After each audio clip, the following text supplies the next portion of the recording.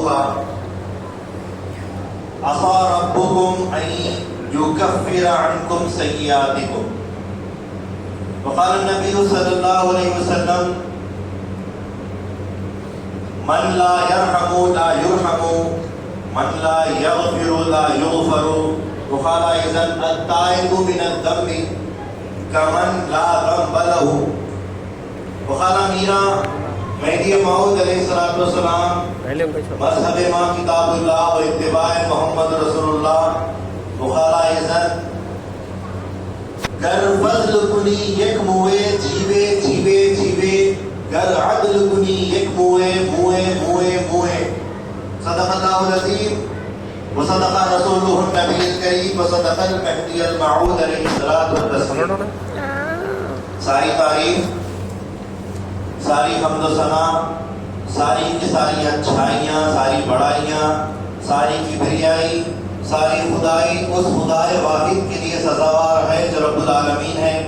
وہی اول ہے، وہی آخر ہے، وہی ظاہر ہے، وہی باطن ہے. وہ ایک ہے، اس کا کوئی شریک نہیں. لاکھوں کروڑوں درود و سلام ہو آقا نامدار، مدینے کے تاجدار، خاتم النبیین، شفیع المسلمین، رحمت للعالمین، راحت العاشقین، احمد مصطفیٰ محمد مصطفیٰ رسول خدا صلی اللہ علیہ وسلم پر اور آپ کے تمام اہل بیت اطہار اور آپ کی تمام ذریات پر. اسی طرح لاکھوں کروڑوں درود و سلام ہو آقا نامدار، فرح کے تاجدار، خاتم ولایت محمدیہ، معصوم عن الخطا، مبین کلام اللہ، خلیفۃ اللہ حضرت میرا سید محمد جون پوری مہدی موعود علیہ السلام پر اور آپ کے تمام اہل بیت اطہار اور آپ کی تمام ذریات.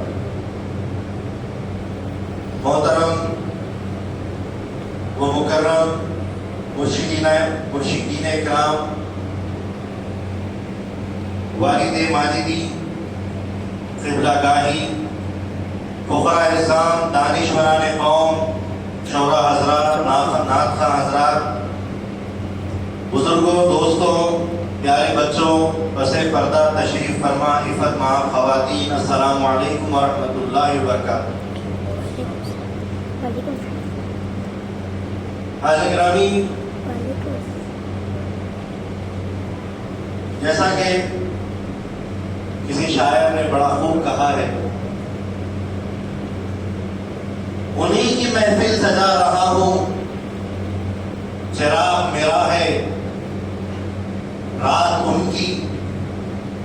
انہی کی محفل سجا رہا ہوں، چراغ میرا ہے رات ان کی. انہی کی مطلب بھی کہہ رہا ہوں، انہی کی مطلب بھی کہہ رہا ہوں اور بات ان کی. حاضرین گرامی، جیسا کہ آپ تمام حضرات جانتے ہیں کہ آج کا یہ مبارک اور مکرم موقع شب برات کا، جس کے تعلق سے اللہ تعالیٰ نے سورہ دخان میں ارشاد فرمایا، حامیم والکتاب المبین انا انزلناہ فی لیلۃ مبارکہ انا کنا منذرین.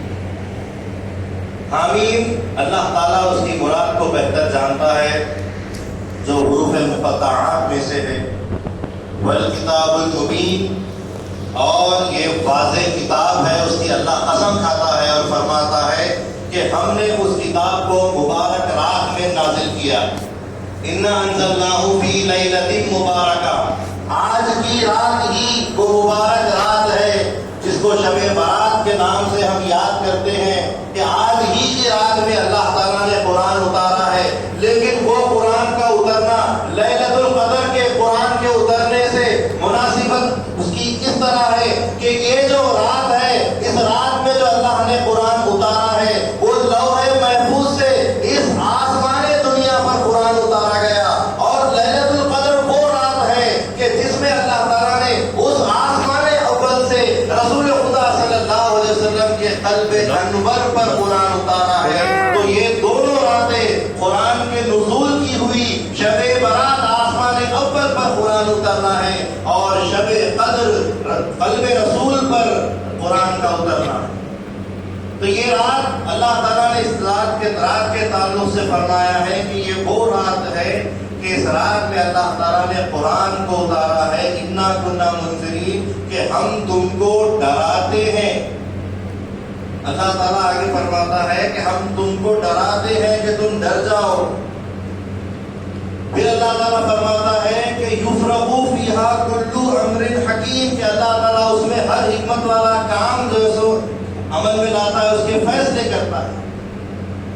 تو اس حکمت والے معاملات میں اللہ تعالیٰ جو فیصلے کرتا ہے اس میں سے ایک حکمت یہ بھی ہے کہ اللہ تبارک و تعالیٰ اپنی حکمت خداوندی اور قدرت خداوندی کو لے کر اس آسمان دنیا پر تشریف فرما ہوتا ہے اور رات تمام صدائیں دیتا ہے کوئی میرا بندہ مانگنے والا، طلب کرنے والا کہ میں اس کو عطا کروں، میں اس کو دیا کروں۔ تو اللہ تبارک و تعالیٰ کے اس فرمان کے مطابق ضیاء القرآن کی 4 جلد میں صفحے نمبر 433 کے اندر حضرت مولائے کائنات علی کرم اللہ وجہہ رضی اللہ تعالیٰ عنہ سے روایت مروی ہے کہ حضرت علی کرم اللہ وجہہ فرماتے ہیں کہ رسول خدا صلی اللہ علیہ وسلم نے فرمایا اس رات کے تحت کہ اذا کانت لیلۃ النصف من شعبان، جب کہ آ جائے شعبان کی درمیانی راتوں میں کی درمیانی رات، فقوموا لیلہا، اس میں عمل کرنے کے تعلق سے حضور فرما رہے ہیں کہ فقوموا لیلہا، کہ اس رات کو قیام کرو، کھڑے ہو جاؤ، نماز پڑھو، وصوموا یومہا، اور اس کے دن میں روزہ رکھو۔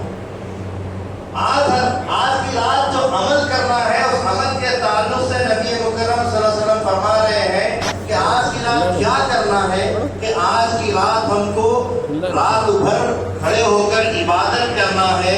اور پھر اللہ کے نبی آگے فرما رہے ہیں صلی اللہ علیہ وسلم وصوموا یومہا، اور اس کے دن میں روزہ رکھو، فإن اللہ ینزل فیہا، کہ اللہ تعالیٰ خود اترتا ہے لغروب الشمس الی السماء الدنیا، کہ اللہ تبارک و تعالیٰ سورج کے ڈوبنے سے لے کر اتر جاتا ہے اس آسمان دنیا پر، اور پھر کہتا ہے وَيَقُولُ اللَّهُ، اور اللہ تعالیٰ فرماتا ہے أَلَا مِن مُسْتَغْفِرٍ فَاغْفِرْ لَهُ، ہے کوئی معافی طلب کرنے والا، ہے کوئی توبہ کا طلب کرنے والا کہ میں اس کی توبہ کو قبول کروں، اس کی مغفرت فرماؤں۔ أَلَا مِن مُسْتَرْزِقٍ فَارْزُقْهُ، ہے کوئی رزق کو طلب کرنے والا کہ میں اس کو رزق دوں۔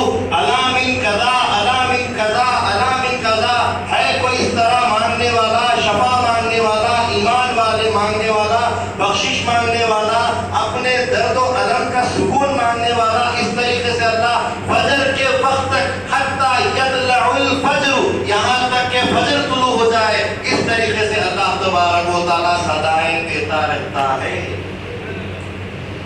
تو اب ایک کام آج کی رات کا ہم کو مل گیا، اور اس کی وجہ اللہ تعالیٰ نے بتائی کہ اس رات میں ہم نے قرآن کو اس آسمان دنیا پر اتارا ہے، اور اسی رات کو ہم بھی اس آسمان دنیا پر اتر کر آتے ہیں، اور اپنے کلام کے نزول کے بعد ہم ہر رات اس دنیا کے آسمان پر آتے ہیں، اور جو سو مغفرت طلب کرنے والے، اور جو سو گناہگاروں کے گناہوں کو معاف کرنے کے لیے ہم جو سو اپنے مغفرت کی صدائیں دیتے ہیں۔ ہم غفار ہیں، ہم لوگوں کی جو سو مغفرت کرنے والے ہیں۔ غفار الذنوب اللہ تعالیٰ کی صفت ہے، ستار العیوب اللہ تعالیٰ کی صفت ہے، علام الغیوب اللہ تعالیٰ کی صفت ہے کہ اللہ تعالیٰ بھیدوں کا جاننے والا ہے، عیبوں کا پردہ کرنے والا ہے۔ اللہ تعالیٰ گناہگاروں کے گناہوں کو معاف کرنے والا ہے، اور اللہ تبارک و تعالیٰ صدائیں دیتا ہے یہاں تک کہ فجر کا وقت ہو جاتا ہے۔ اسی طریقے سے ترمذی شریف کی حدیث ہے کہ ایک مرتبہ بی بی عائشہ صدیقہ رضی اللہ تعالیٰ عنہا رات میں اللہ کے نبی صلی اللہ علیہ وسلم کو اپنے حجرے میں نہیں پاتی ہیں، اور ان کو ڈھونڈنے لگتی ہیں کہ آدھی رات میں نبی مکرم صلی اللہ علیہ وسلم کہاں تشریف فرما ہو گئے۔ تو حضور کو ڈھونڈتے ڈھونڈتے بی بی عائشہ صدیقہ رضی اللہ تعالیٰ عنہا مسجد میں پہنچ جاتی ہے، اور اندھیری رات ہے، اور ایسی اندھیری رات کے کوئی روشنی کا سامان نہیں ہے، اور اس میں جب بی بی ڈھونڈ رہی ہوتی ہے، ایسے میں بی بی کو رسول خدا صلی اللہ علیہ وسلم حالت حالت سجدے میں لکھتے ہیں اور حضور صلی اللہ علیہ وسلم رو رہے ہیں، گر گرا رہے ہیں، مغفرت کی طلب کر رہے ہیں. کس کی مغفرت کی طلب ہو رہی ہے؟ حضور صلی اللہ علیہ وسلم اپنی امت کی مغفرت کی دعا فرما رہے ہیں کہ اے مولا میری امت کی مغفرت فرما دے، میری امت کی مغفرت فرما دے، میری بخشش فرما دے.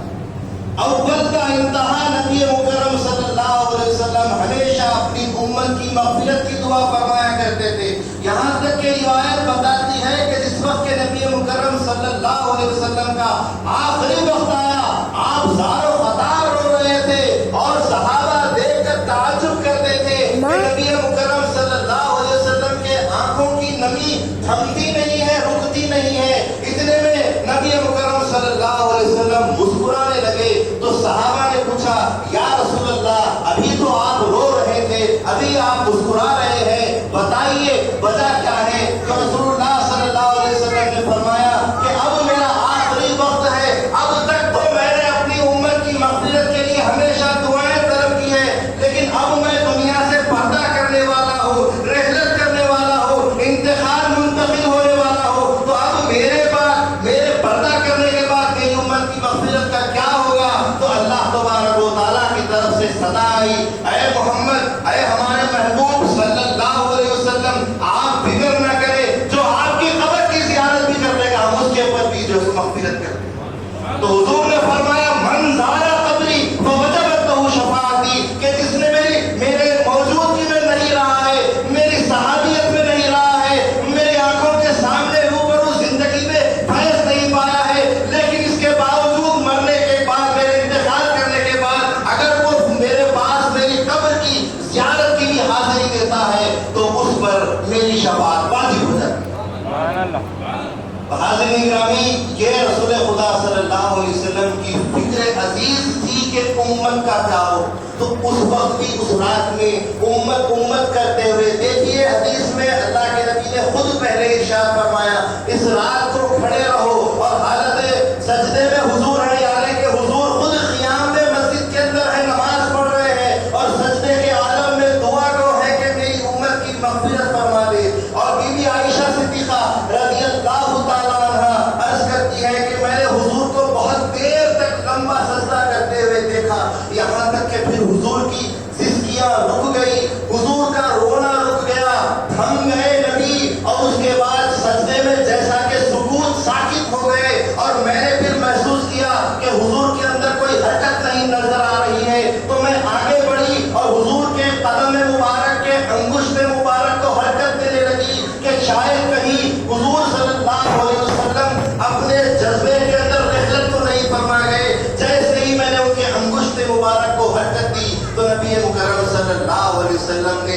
فوراً حرکت کی، جواباً حرکت کیے اور احساس دلا دیے کہ میں ابھی ہوں لیکن اپنے رب میں مشغول اور میں ہو چکا ہوں، ڈوب چکا ہوں میرے خدا کی قدرت میں. وہ نبی مکرم صلی اللہ علیہ وسلم کا عمل ہے، تو عمل خاص جو ہم کو دعوت دے رہا ہے تو وہ کیا ہے کہ وہ مغفرت کی طلب کرے، نماز پڑھے، اللہ سے مدد مانگنا ہے. خود خدا تعالیٰ جیسا کہ مہدی موعود علیہ السلام نے فرمایا کہ ماں مذہب نیا مذہب کتاب اللہ و اتباع محمد رسول اللہ، ہم کوئی نیا مذہب نہیں لائے ہیں، ہمارا مذہب اللہ کی کتاب اور اللہ کے رسول صلی اللہ علیہ وسلم کی پیروی سے اتباع سے ہے. تو وہ مہدی موعود علیہ السلام نے جو تعلیم دی ہے ہم اسی تعلیم کو رکھتے ہوئے اپنی ہر بات کو قرآن سے بات کریں گے، اپنی ہر بات کو حدیث سے بات کریں گے. رسول اللہ صلی اللہ علیہ وسلم نے جو کیا ہے وہ عین قرآن کے مطابق، مہدی موعود علیہ السلام نے بھی جو بتایا وہ عین قرآن کے مطابق. اور قرآن اللہ تبارک و تعالیٰ سے مدد مانگنے کے لیے سورہ بقرہ میں ارشاد فرما رہا ہے وَاسْتَعِينُوا بِالصَّبْرِ وَالصَّلَاةِ، اللہ سے مدد مانگو. آج مدد مانگنے کی رات ہے، اللہ تبارک و تعالیٰ آج رات آسمانے تو دنیا پہ آئے گا جو کہ شب برات ہے. اسی شب برات کو لیلۃ المغفرہ بھی کہا جاتا ہے، مغفرت کی رات. اسی شب برات کی رات کو لیلۃ الحیات والممات بھی کہا جاتا ہے، زندوں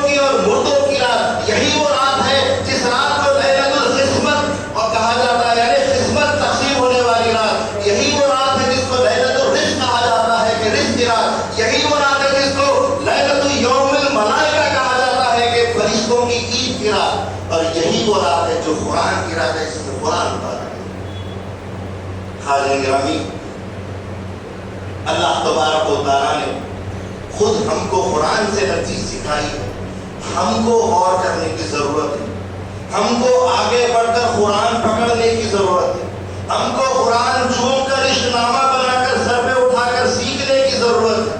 قرآن میں ہر چیز کی دوا، جہاں اللہ کے نبی نے عبادت کا حکم دیا ہے، خود سجدے میں رہے، وہ حکم قرآن سے بھی مل رہا ہے کہ اللہ سے مدد مانگو نماز اور صبر کے ذریعے سے۔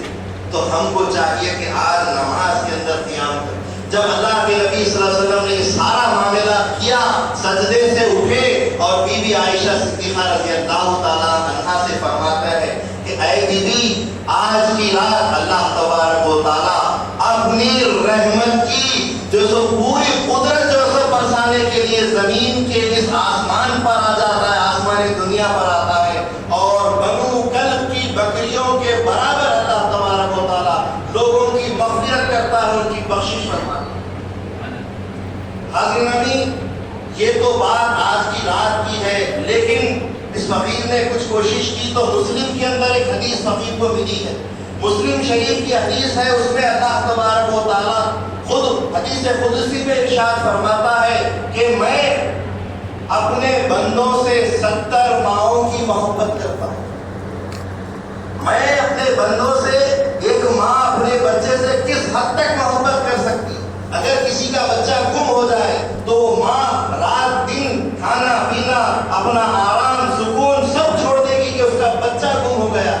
تو بتائیے، ایک ماں کی اگر اپنی اولاد سے اتنی محبت ہے تو وہ خدا برحق فرماتا ہے میں 70 ماؤں سے بھی بڑھ کر اپنے بندے سے محبت کرتا ہوں۔ یہ ایک رات ہی نہیں، بلکہ اللہ تعالیٰ اس حدیث میں، مسلم شریف کی حدیث اس میں فرماتا ہے کہ بندہ خدا جب دن میں گناہ کرتے ہیں تو میں رات میں آسمان دنیا پر آ جاتا ہوں اور مغفرت کرنے کے لیے اعلان کرتا ہوں کہ دن میں جس نے بھی گناہ کیا ہے وہ رات میں مغفرت طلب کر لے، اور دن میں بھی میں آسمان دنیا پر آ جاتا ہوں اور یہ صدا دیتا ہوں کہ رات میں اگر کسی نے گناہ کیے ہیں تو دن میں مغفرت طلب کر لے۔ خدا تعالیٰ کی رحمت کسی رات سے مخصوص نہیں ہے۔ ابھی پیشوا مقرر ہمارے حضرت محمد نعمت اللہ خان صوفی صاحب نے بھی کہا ہے کہ اللہ تبارک و تعالیٰ کی قدرت اور اس کی مغفرت کی صفت کسی دن یا کسی رات سے طے نہیں ہے۔ ایک رات معافی مانگنے کے لیے نہیں ہے، مہدویوں کے لیے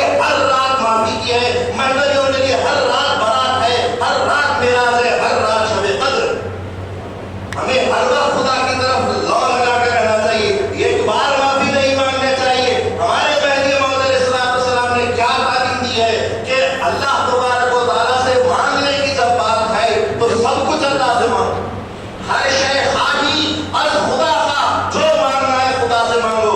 لیکن فضیلت کی تعلیم، تقوی کی تعلیم، عالیت کی تعلیم میں موعود علیہ السلام نے کیا فرمایا؟ از خدا جز خدا، مطلب خدا سے خدا کے سوائے کچھ نہ مانگو، اللہ سے اللہ کی ذات مانگو۔ جو مانگتے ہیں مانگنے والے وہ دنیا و آخرت کی فکر کرتے ہیں، ہم کو صرف خدا کی فکر ہونی چاہیے۔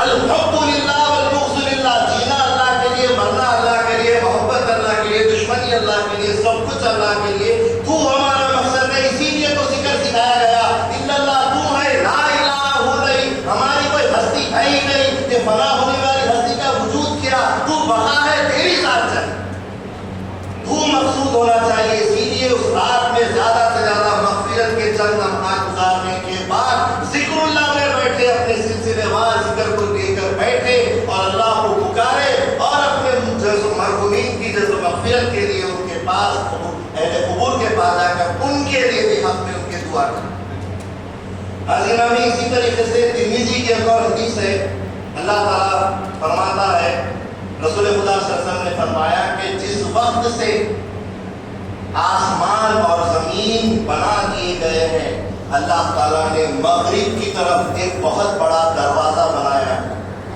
اور اس کی دروازے کی مسافت، اس کی چوڑائی 70 سال کی چوڑائی، 70 سال جتنا آپ چل سکتے ہیں، بھاگ سکتے ہیں، دوڑ سکتے ہیں، اتنی مسافت اس دروازے کی ہے جو مغرب کی طرف بنا ہوا ہے، جو آسمان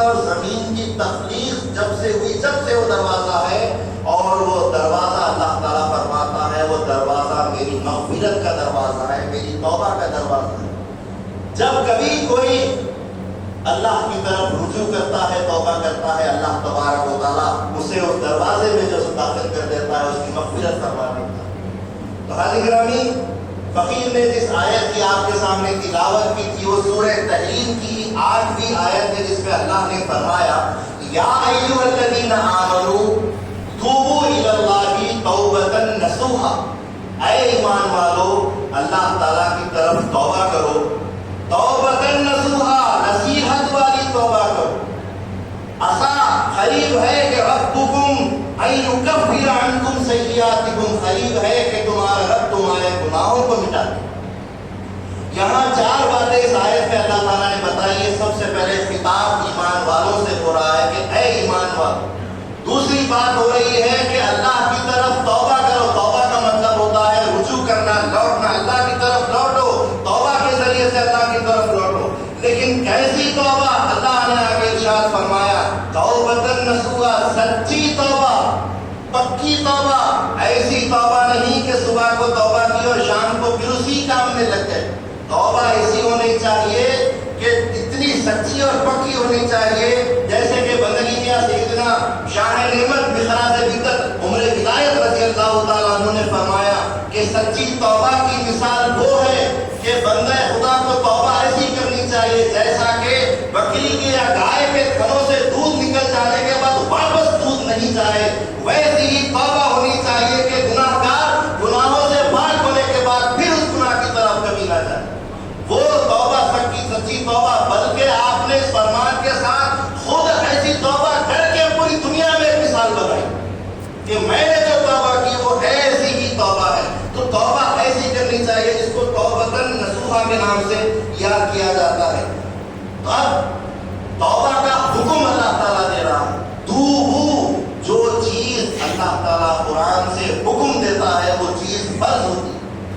توبہ فرض ہے ہم تمام پر، نہ صرف فرض بلکہ فرض عین ہے۔ ابھی پیشرا مقرر صدر ادارہ تبلیغ مہدویہ علی جناب حضرت پیر مرشد سید خنین میاں صاحب اشرفی قبلہ گاہی نے کہا کہ نماز جنازہ فرض کفایہ ہے اور نماز 5 وقت کی فرض عین ہے۔ فرض عین سر پہ سے جاتی نہیں جب تک کہ ادا نہ کی جائے۔ کھڑے نہیں ہو سکتے، بیٹھ کے پڑھو، بیٹھ کے نہیں پڑھ سکتے، لیٹ کے پڑھو، لیٹ کے نہیں پڑھ سکتے، اشاروں میں پڑھو، اشاروں میں نہیں پڑھ سکتے، دماغ میں پڑھو۔ جب تک زندہ ہے، دل دھڑکتا ہے، جب تک ہے جان، اس وقت تک نماز پڑھنا ہے۔ وہ فرض ہے، وہ چھوٹتی نہیں۔ لیکن فرض کفایہ ایسی ہے، تھوڑے پڑھ لے تو سب کی طرف سے ادا ہو جائے گی۔ لیکن توبہ فرض کفایہ نہیں ہے، توبہ فرض عین ہے، تم کو کرنی ہی پڑے گی۔ جب تک کہ تم توبہ نہیں کرو گے تمہاری پاکی کا شمار نہیں کیا جائے گا، وہ تم پر سے ثابت نہیں ہوتی۔ تو توبہ فرض عین ہے۔ جس طریقے سے ہمارے اعضاء کبھی گناہ کر جاتے، ہاتھ گناہ کر دیتے، پیر گناہ کر دیتے، زبان گناہ کر دیتی، آنکھ گناہ کر دیتی، تو ان تمام چیزوں کے لیے توبہ ضروری ہے کہ توبہ کرنا پڑے گا۔ اگر کوئی یہ دعویٰ کرتا ہے کہ میرے ہاتھ، پیر، منہ، زبان، آنکھ آج تک اس نے کوئی گناہ نہیں کیا، بھلے ہی اس کا یہ دعویٰ رہے، لیکن اس کا دل گناہ سے خالی نہیں ہو سکتا کہ دل میں تو جو خناس بیٹھا ہوا ہے، من شر الوسواس الخناس، وہ خناس اپنے پورے وسوسے آپ کے دل میں ڈال ڈال کر دل کو میلا اور کالا کر دیتا ہے۔ تو اس میل کچیل کو اور اس کالی کو دور کرنے کے لیے آپ پر توبہ فرض ہے۔ جسم اگر گناہ میں نہ رہے لیکن دل گناہ میں ہو سکتا ہے، اسی لیے توبہ فرض عین ہے۔ اور امت محمدیہ کے تمام علماء کا متفق یہ فیصلہ ہے، اجماع اس بات پر کہ توبہ ہر انسان جو مسلمان مرد عورت ہے اس کے اوپر واجب ہے، اس کو توبہ کرنی چاہیے۔ عزیزانی، اسی لیے تو قرآن میں اللہ تعالیٰ نے ایک نہیں کئی جگہ پر توبہ کے تعلق سے ارشاد فرمایا ہے۔ اللہ تعالیٰ نے سورہ بقرہ میں 222 آیت میں ارشاد فرمایا ان اللہ یحب التوابین و یحب المتطہرین، کہ اللہ تعالیٰ توبہ کرنے والوں کو پسند کرتا ہے اور پاک ہونے والوں کو پسند کرتا ہے، کیونکہ جب تم توبہ کرتے ہو تو پاک ہو جاتے ہو، اور پاک ہو جاتے ہو تو اللہ کے محبوب ہو جاتے ہو۔ اللہ تبارک و تعالیٰ نے اسی طریقے آیت میں ارشاد فرمایا توبوا الی اللہ جمیعا یا ایھا المؤمنین، اے مومنو تمام کے تمام اللہ تعالیٰ کی طرف توبہ کرو، حکم ہے۔ اسی طریقے سے خود اللہ تعالیٰ نے 114 سورتوں میں سے ایک سورہ توبہ خود بنا دیا، اور اس کے اندر ہی 112ویں آیت میں اللہ تعالیٰ نے ارشاد فرمایا التائبون العابدون الحامدون السائحون الراکعون الساجدون، کہ وہ لوگ جو توبہ کرتے ہیں، اللہ کی عبادت کرتے ہیں، اللہ کی حمد کرتے ہیں، روزے رکھتے ہیں، رکوع کرتے ہیں، نماز پڑھتے ہیں، یہی حقیقت میں مومن ہے، اور ان کو بشارت میں اللہ تعالیٰ فرماتا ہے۔ تو توبہ کے تعلق سے کتنی چیزیں اللہ تعالیٰ نے بتلائی ہے، تو مطلب یہ کہ توبہ سے چھوٹا نہیں جا سکتا۔ توبہ کی اگر حقیقی تعریف اگر کی جائے تو وہ یہ ہے کہ توبہ اصل میں اللہ تعالیٰ کی طرف لوٹ آنے کے ہوئے، اور توبہ کی تعریف یہ ہے کہ من تاب من شیء مذموم شرعا، جو شریعت کے تحت گناہ ہے اس سے توبہ کرے، توبہ یعنی کہ لوٹے، الی شیء محمود شرعا، جو شریعت میں پسندیدہ چیز ہے اس کی طرف لوٹے، اسی کا نام توبہ ہے۔ اور نبی مکرم صلی اللہ علیہ وسلم ایسی ہی توبہ کے تعلق سے جو ایک بار توبہ کرنے کے بعد اس گناہ کی طرف نہ جائے، اس کے تعلق سے فرماتے ہیں التائب من الذنب کمن لا ذنب لہ، جو سچی توبہ کرتا ہے اپنے گناہ سے وہ ایسا ہو جاتا ہے جیسا کہ اس نے کبھی گناہ کیا ہی نہیں۔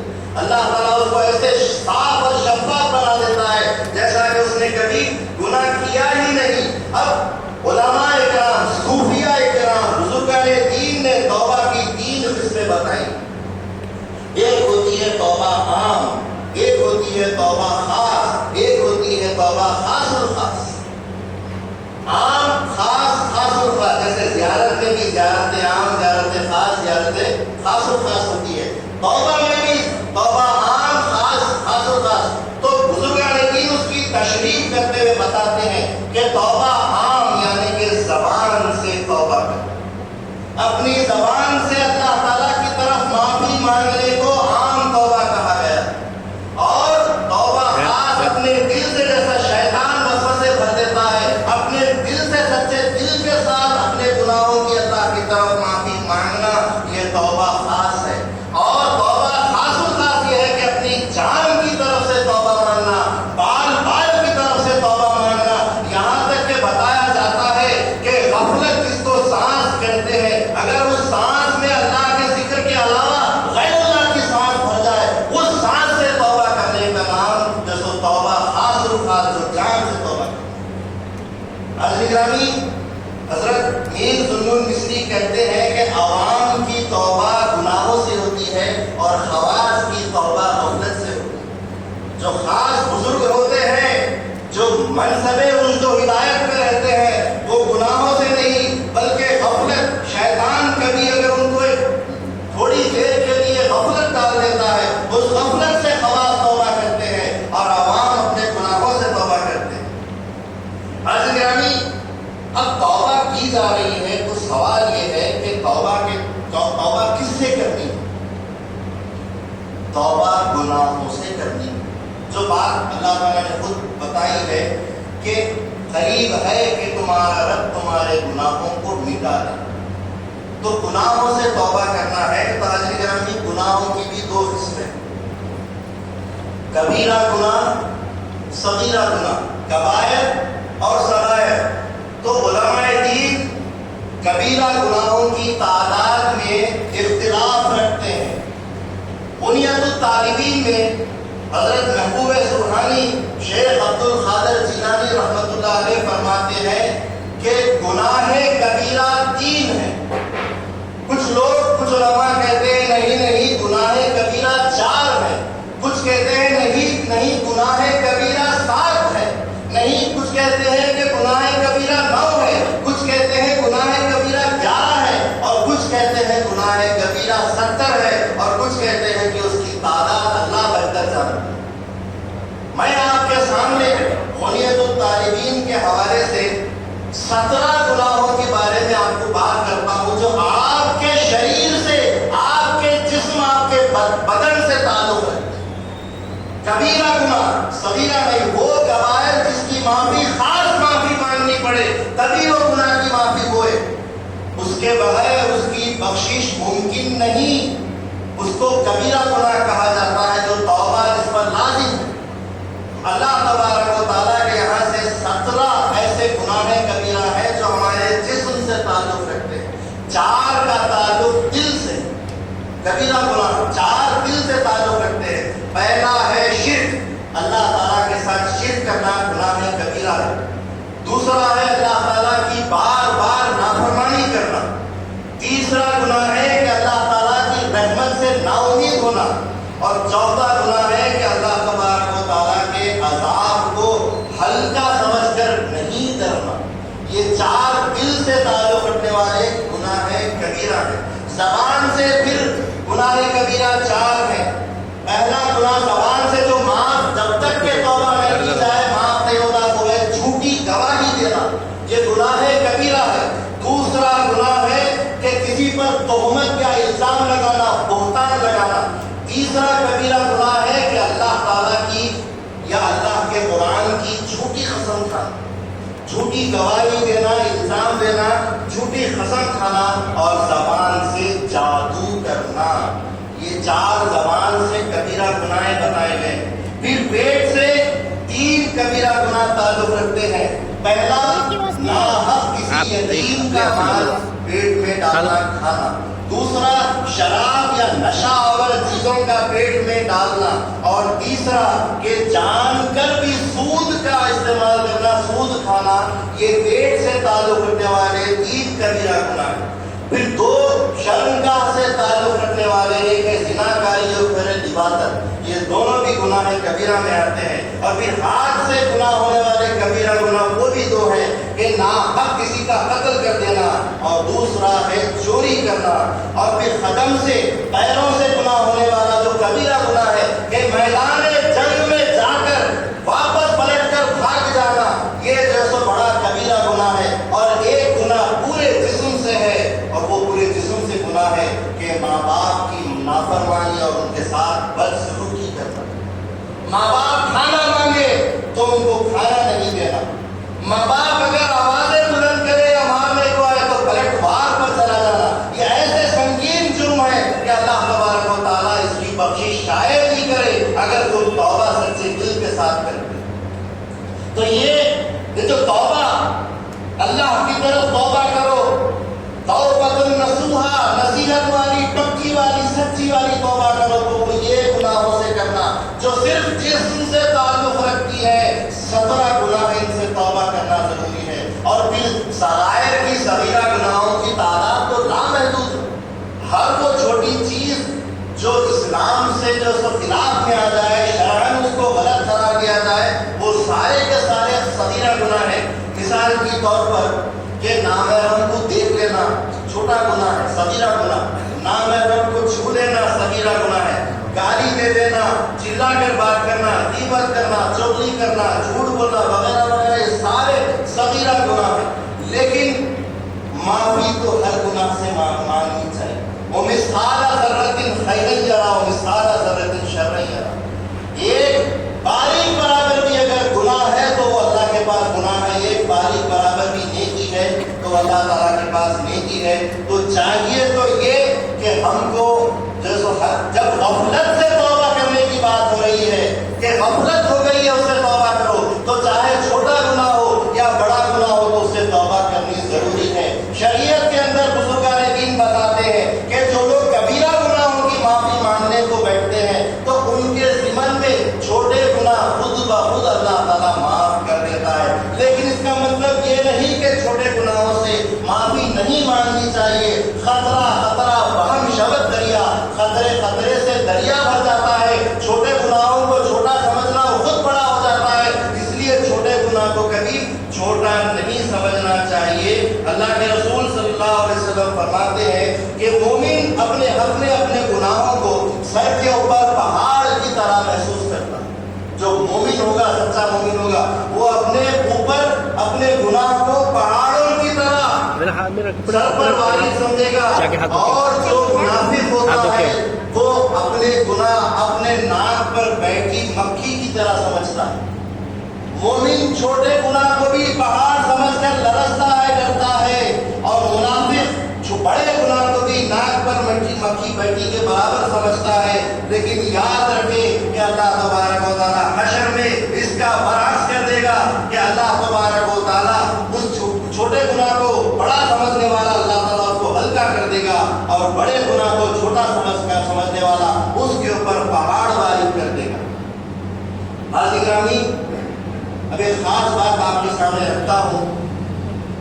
ہم نے گناہوں کی بات کی تو ہم سمجھتے ہیں ہم انسان جو خطا کا پتلا ہے، خاطی ہے.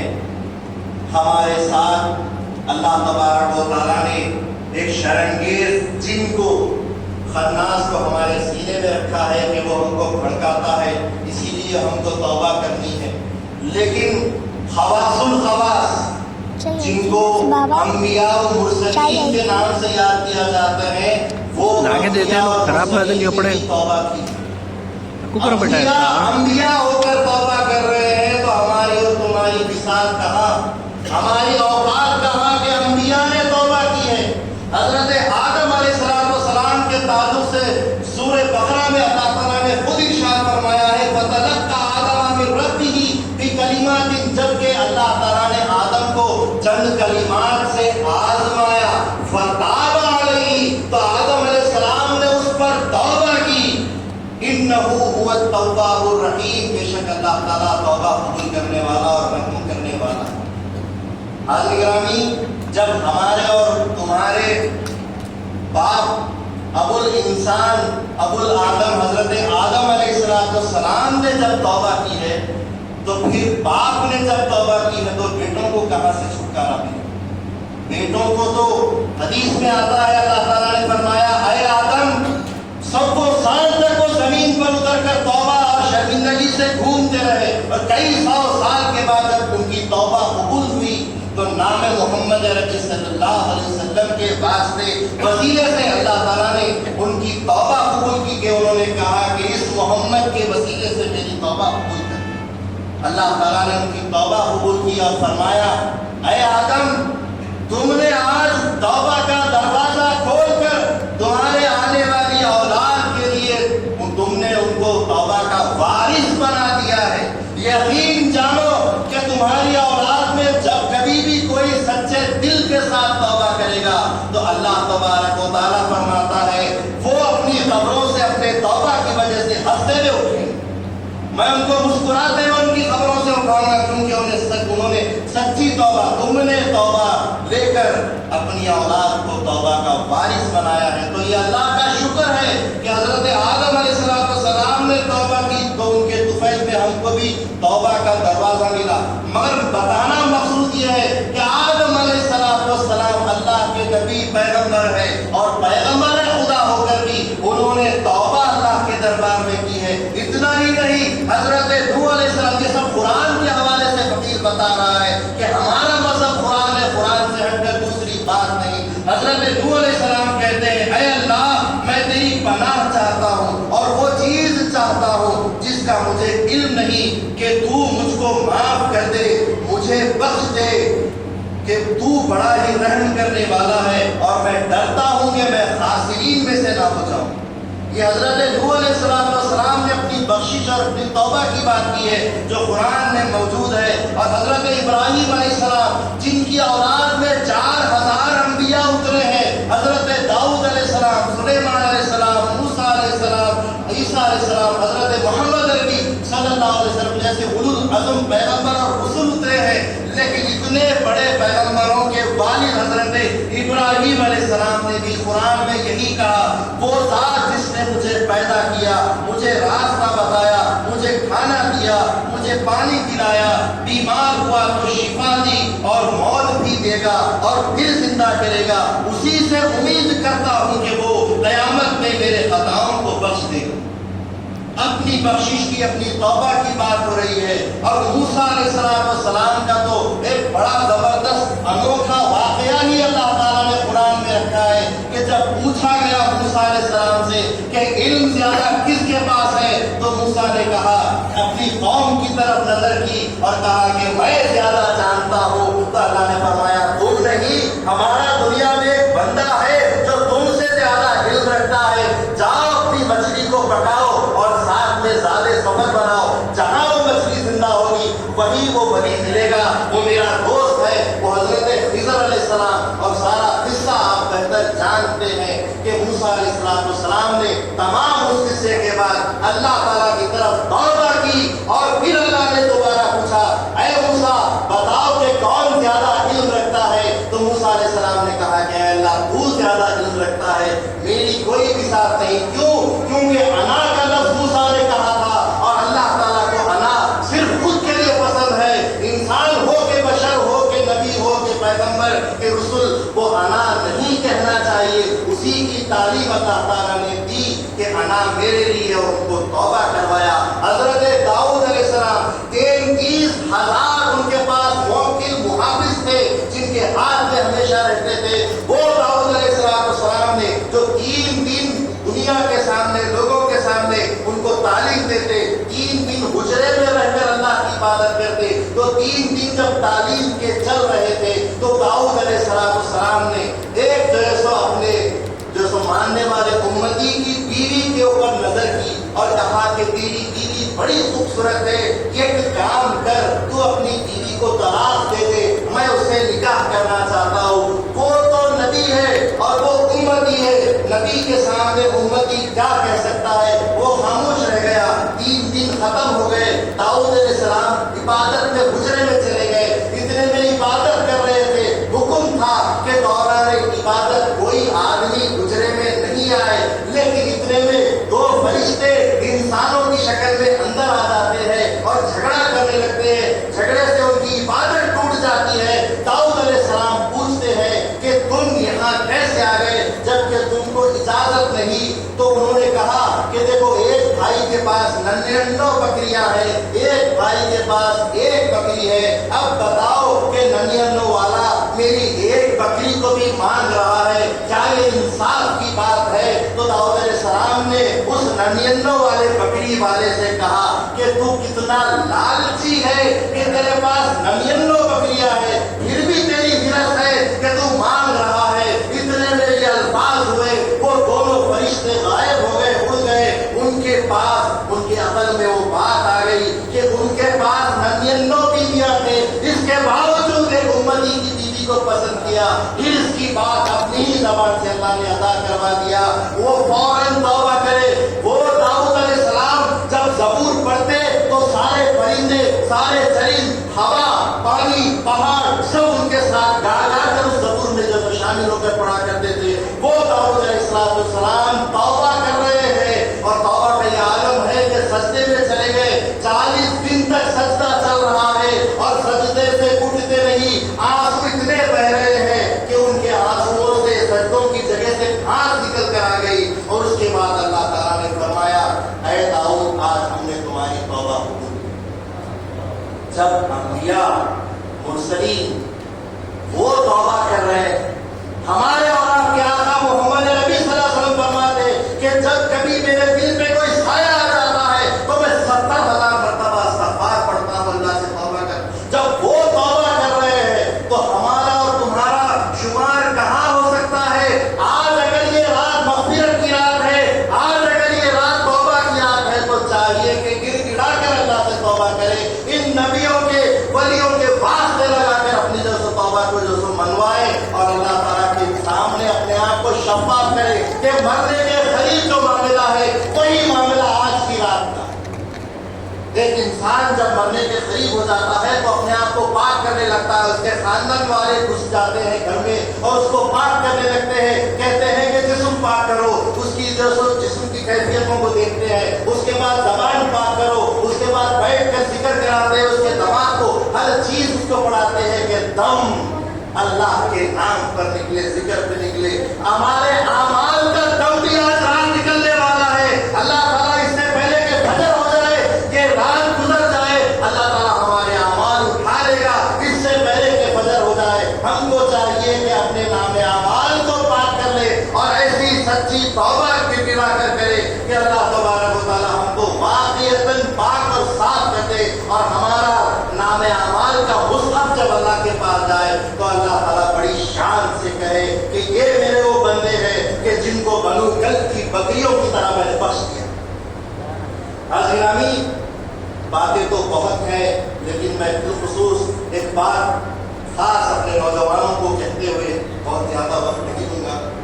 نوجوانوں کی کہتے ہوئے کہ نوجوانوں کی بڑی ذمہ داری، نوجوان 3 کام اپنی جوانی میں کر سکتے ہیں، بڑھاپے میں نہیں کر سکتے۔ جوانی میں دولت پیدا کی جا سکتی ہے، بڑھاپے میں نہیں ہوگی۔ جوانی میں اولاد پیدا کی جا سکتی ہے، بڑھاپے میں نہیں ہوتی۔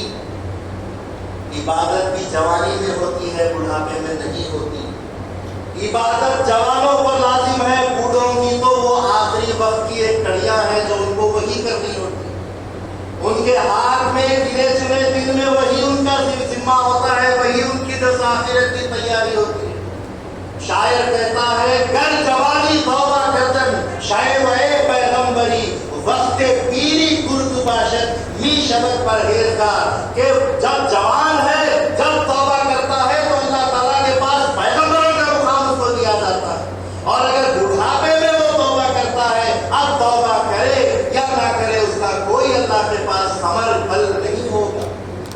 اسی وجہ سے جبریل امین علیہ السلام جب اللہ کے نبی صلی اللہ علیہ وسلم کے پاس دربار نبوت میں سلام کرنے آئے تو حضرت جبریل امین نے ایک نوجوان کو سلام کیا، بعد میں بوڑھوں کو سلام کیا، تو حضور نے فرمایا کہ خلاف معمول عمل ہے، بزرگوں کو پہلے سلام کرنا چاہیے، جوانوں کو بعد میں سلام کرنا چاہیے۔ تو جبریل امین نے عرض کی کہ اللہ نے حکم دیا ہے کہ پہلے جوان کو سلام کرو، تو انہوں نے کہا کہ کیوں؟ کہا کہ یہ بوڑھا ہے لیکن ابھی تک توبہ نہیں کیا ہے، لیکن یہ جوان ہے، اس نے توبہ کر لی ہے۔ 1000 بوڑھے توبہ کرتے ہیں، لیکن اگر ایک جوان توبہ کرتا ہے تو 1000 بوڑھوں کا مقام رکھتا ہے۔ یقین جانیے حدیث کے الفاظ ہے، نبی کریم صلی اللہ علیہ وسلم فرماتے ہیں جب جوان آدمی توبہ کرتا ہے تو 40 دنوں تک قبرستان سے عذاب اٹھا دیا جاتا ہے۔ میرے بھائیوں، جا کر زیارت قبور کرنے کے لیے اب جاؤ گے، اس سے پہلے توبہ کرو، اسی وقت تمہارے بزرگوں کی قبروں کی توبہ ہو جائے، ان سے عذاب ہو جائے گا۔ تمہاری یہاں بیٹھ کر ایک توبہ کرنا، زیارت کو جا کر پھول ڈال کر فاتحہ پڑھنے کے بعد ان کی مغفرت کی دعا کرنے سے پہلی تیاری یہ ہے کہ تم اپنی توبہ یہاں کرو، اللہ تعالیٰ وہاں ان سے 40 دنوں تک عذاب قبر اٹھائے۔ ذمہ داری ہے ہماری کہ ہم آپ کو صحیح بات کریں، صحیح بات پہنچائیں، صحیح علم دے، تاکہ آپ جب جو ہے سو کسی کے پاس پیش ہو، اللہ کے پاس پیش ہو، اپنے خود ضمیر کے پاس پیش ہو، تو اللہ تعالیٰ کے فضل و کرم سے کامیاب اور کامران ہو۔ بہرحال باتیں بہت ساری ہیں، میں توبہ کی ایک کیفیت آپ کے سامنے بیان کرتے ہوئے اپنی جگہ لے لوں گا کہ جب انسان باوضو ہو کر تہتر وضو پڑھ کر جب سجدے میں جائے تو اپنے گناہوں کی کیفیت اور توبہ کی کیفیت کیسی لانی چاہیے۔ حاضرین گرامی، حضور فرماتے ہیں کہ جب انسان جھوٹ بولتا ہے تو اس کے کانوں کے فرشتے اس کی جھوٹ کی بدبو سے چلے جاتے ہیں۔ جب ہم گناہ کرتے جاتے ہیں تو اللہ کی رحمت، اللہ کی قدرت، اللہ کے فرشتے دور ہو جاتے ہیں، اس لیے ہم کو نمازوں میں، ریاضتوں میں مزہ نہیں رہتا۔ حضور فرماتے ہیں جو شخص دن میں روزے نہیں رکھ سکتا، رات کو عبادت نہیں کر سکتا، وہ خود میں منحوسیت رکھتا ہے، نحوست رکھتا ہے۔ تو گناہوں کے ساتھ نیکیاں ملا رہی، ایک بوتل کے اندر شہد اور شراب مسلسل ڈالی جا رہی ہے تو کیا باقی رہتی؟ وہ اچھی چیز باقی رہتی؟ پہلے شراب کو دور کیا جائے، بوتل کو پاک کیا جائے، اس کے بعد اس میں شہد ڈالا جائے تو وہ کامیاب ہوتا۔ لے کر خدا کا نام چلاتے ہیں، پھر بھی دعاؤں میں اثر نہیں پاتے ہیں۔ کیوں؟ توبہ کرتے ہیں، میں بھی پیتے ہیں، یہ بھی جاری ہے، وہ بھی جاری۔ ادھر آ کر توبہ کرتے، ادھر جا کر گناہ کرتے تو کیا رہے گا؟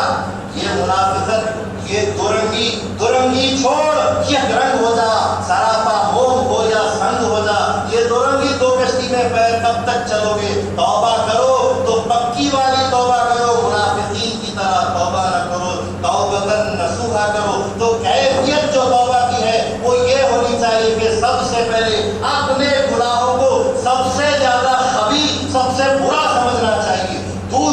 شرط یہ ہے کہ جب اپنے گناہ کو خبیث سمجھنا شروع کرو تو اللہ کے عذاب کو، اس کی سختی، اس کی شدت کو اپنے اوپر طاری کر کر محسوس کرنے لگو، اور اپنے آپ کو، تیسرا کام یہ ہے کہ اپنے آپ کو حقیر کچھ نہیں سمجھتے ہوئے سب چیز خدا کی قدرت کو سمجھو، اور تب جا کر توبہ کرو تو یقیناً تمہاری توبہ قبول ہوگی۔ اور مہدی موعود علیہ السلام کا فرمان سناتے ہوئے میں اپنی جگہ لے لوں گا کہ مہدی موعود علیہ السلام نے فرمایا کہ گر فضل کنی یک موئے جیوے جیوے جیوے، گر عدل کنی یک موئے موئے موئے موئے، اگر اللہ تعالیٰ کا فضل ہم پر ہو جائے، ایک بار برابر بھی ہو جائے تو ہم جی گئے، ہم جی گئے، ہم جی گئے۔ اور اللہ تعالیٰ کا اگر انصاف ہم سے ہمارا انصاف اگر لے لے تو ہم تو مر گئے، ہم تو مر گئے، ہم تو مر گئے۔ وہ اللہ آسمان دنیا پر اپنا فضل برسانے کے لیے برسات رحمت اپنی جو سب بار